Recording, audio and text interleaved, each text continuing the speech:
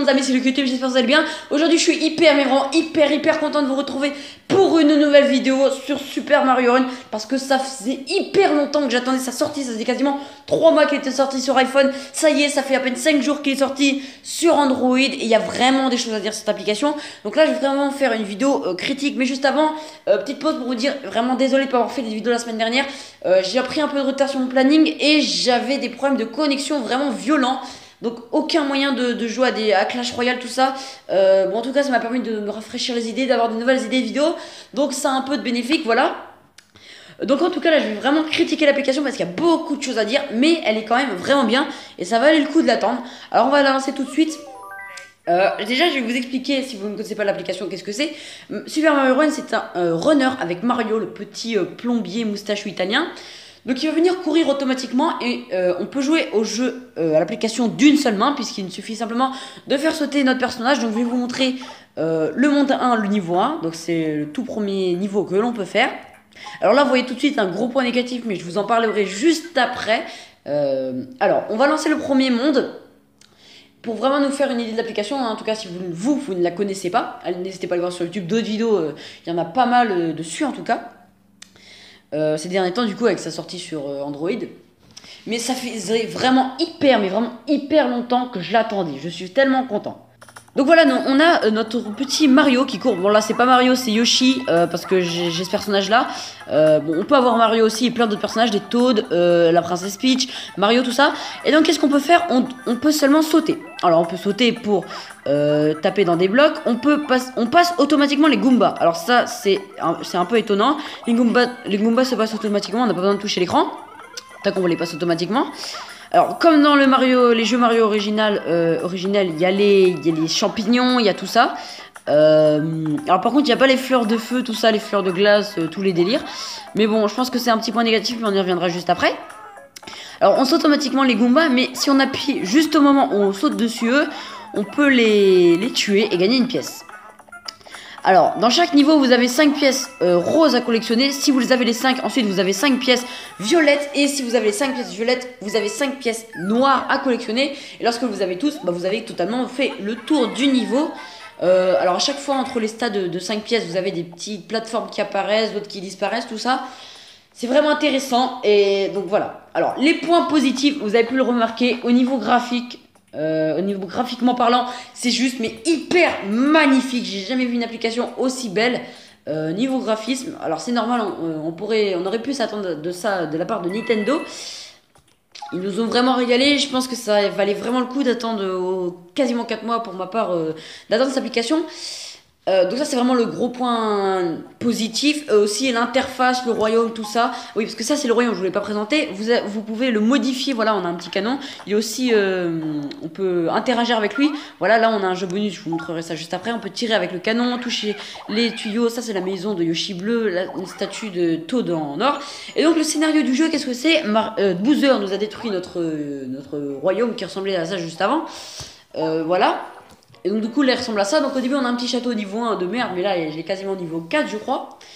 Et donc du coup vous avez un Toad rouge qui sert pour nous afficher les notifications. Un cadeau qui peut sauter de temps en temps, ça veut dire qu'il y a un cadeau à récupérer.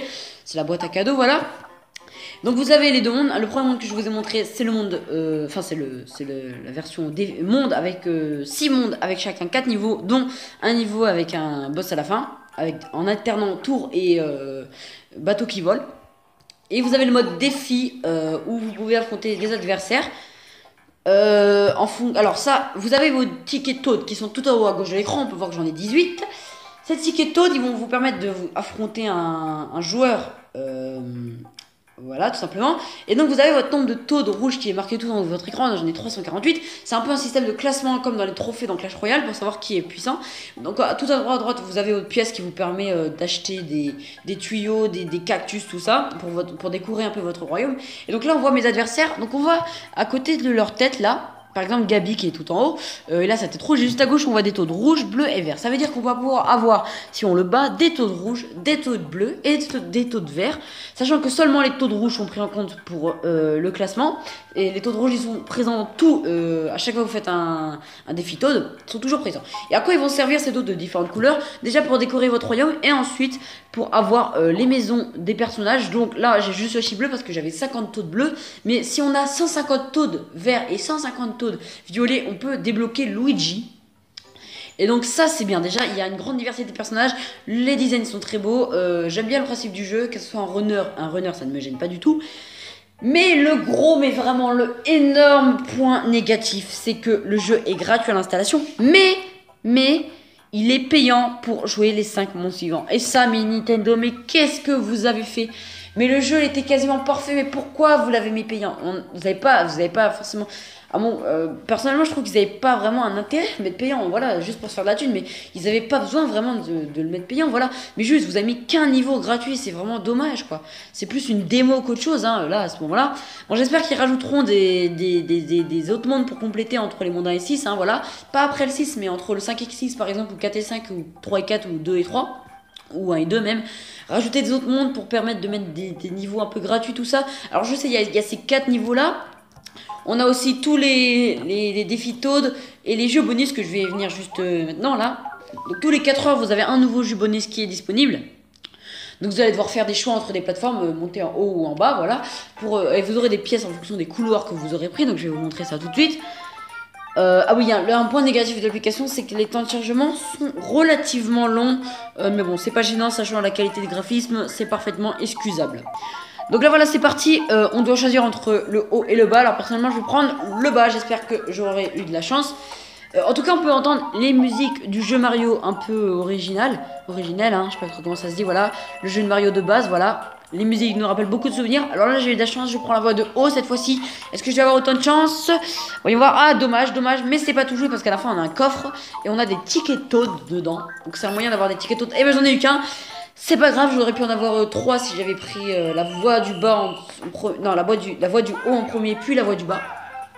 Mais c'est pas grave, je suis pas dégoûté. Donc le jeu bonus, on a des pièces et des tickets Toad. Donc c'est un moyen d'en avoir.